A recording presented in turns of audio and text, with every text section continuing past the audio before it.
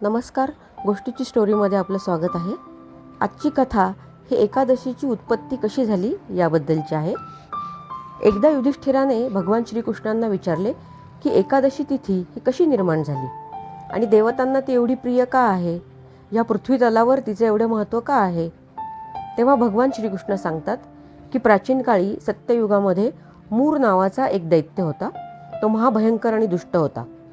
त्याने देवांचा राजा इंद्र याला हरवून सर्व देवांना स्वर्गातून हाकलून लावले आणि ते सर्व देव पृथ्वीवर इकडे तिकडे फिरत होते. एके दिवशी इंद्रासह सर्व देव भगवान शंकरांकडे गेले आणि ते त्यांना म्हणाले, महादेवा, अशा प्रकारे अपमानित होऊन स्वर्गातून हाकलल्यावर पृथ्वीवर भटकणे हे काही योग्य नाही.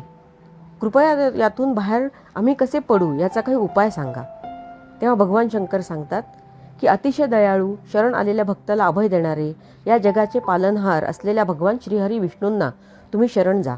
ते नक्की तुम्हाला मार्ग दाखवतील. त्यानंतर इंद्र आणि सर्व देव हे श्रीहरी विष्णूंना भेटण्यासाठी क्षीरसागरात जातात. तिथे श्रीहरी शेषनागावर पहुडलेले असतात. सर्व देव त्यांची स्तुती करतात. हे कमलनयना, शरणागत वत्सला, हे मधुसूदना, आम्ही तुला शरण आलो आहोत. त्या मूर नावाच्या दैत्यापासून आमची रक्षा कर, आम्हाला मदत कर. तेव्हा श्रीहरी सर्वांना अभय प्रदान करतात आणि इंद्राला मूर दैत्य कोण आहे, तो कुठे राहतो, तो किती शक्तिशाली आहे असे विचारतात. तेव्हा इंद्रदेव सांगतात की पूर्वी ब्रह्माच्या अंशापासून तालजंग नावाचा एक दैत्य उत्पन्न झाला होता. त्याचाच पुत्र हा मूर दैत्य आहे. तो पराक्रमी असून भयंकर दुष्ट आहे. चंद्रावती नावाच्या नगरीत तो राहतो. आम्हा सगळ्या देवांना स्वर्गाबाहेर काढून त्याने दुसऱ्याच कोणाला तरी इंद्र म्हणून स्वर्गाच्या सिंहासनावर बसवले आहे. सूर्य, चंद्र, अग्नी, वायू, वरुण हे पण त्याने दुसरेच बनवलेले आहेत. हे ऐकून श्रीहरी विष्णूंना खूप क्रोध येतो आणि ते देवांना घेऊन चंद्रावती नगरीत जातात. त्यांना बघून मूर दैत्य जोरजोरात गर्जना करू लागतो.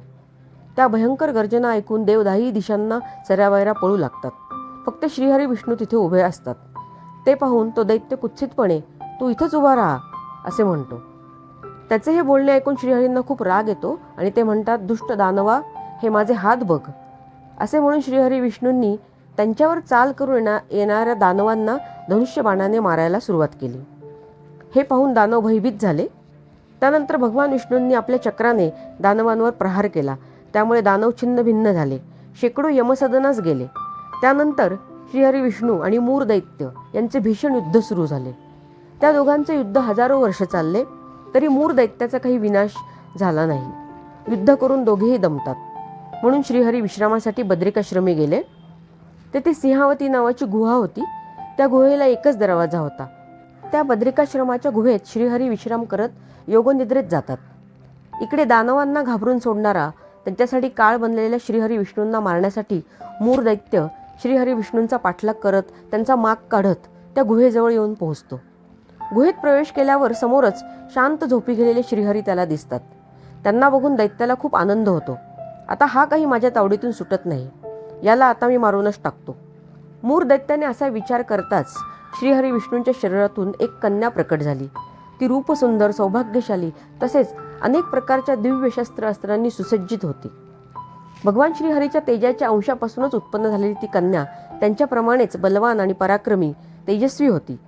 जेव्हा मूर दैत्य त्या कन्येला पाहतो तेव्हा ती कन्या त्याच्याबरोबर युद्ध करण्याची इच्छा प्रकट करते आणि त्यांचे युद्ध सुरू होते. सर्व प्रकारच्या युद्धात ती पारंगत होती. तिच्या फक्त एका हुंकाराने तो महान मूर दैत्य गतप्राण होऊन तिथे पडतो. दैत्य मेल्यानंतर श्रीहरी विष्णू योगनिद्रेतून बाहेर येतात. तेव्हा त्यांना जमिनीवर मृत होऊन पडलेला दैत्य दिसतो. तेव्हा ते त्या कन्येला विचारतात की हा दुष्ट भयंकर दैत्य तर माझा शत्रू होता, याचा वध कोणी केला. तेव्हा ती कन्या म्हणते, भगवान, आपल्या कृपा आशीर्वादानेच मीच या दैत्याचा वध केला आहे. आपल्या तेजापासून माझी उत्पत्ती झाली आहे. हे ऐकून श्रीहरी विष्णूंना खूप आनंद होतो. ते म्हणतात, देवी, आज समस्त देव मानवांची या दैत्यापासून तू सुटका केली आहेस. तुझ्यावर मी खूप प्रसन्न झालो आहे. आज एकादशी ही तिथी आहे आणि या दिवशी तू उत्पन्न म्हणजे प्रकट झालीस, म्हणून एकादशी या नावाने तू सर्वांना पूजनीय असशील. माझे जे भक्त आहेस ते तुझेही भक्त असतील. कार्तिक महिन्याच्या कृष्ण पक्षात एकादशीची उत्पत्ती झाली म्हणून तिला उत्पत्ती एकादशी असे म्हणतात. प्रत्येक महिन्यात 2 एकादशी येतात आणि प्रत्येक एकादशीचे खास महत्त्व असते. उत्पत्ती एकादशीला देवी प्रकट झाली म्हणून या एकादशीचे विशेष महत्त्व आहे. अशी मान्यता आहे की या दिवशी एकादशी व्रत केले असता या जन्मातील तसेच मागील जन्मातील पापांचा नाश होतो, तसेच आपल्या अनेक मागील पिढ्यांचा उद्धार होतो आणि आपण जन्ममृत्यूच्या फेऱ्यातून मुक्त होतो. तर अशी ही एकादशी उत्पत्तीची कथा आपल्याला कशी वाटली हे मला नक्की सांगा.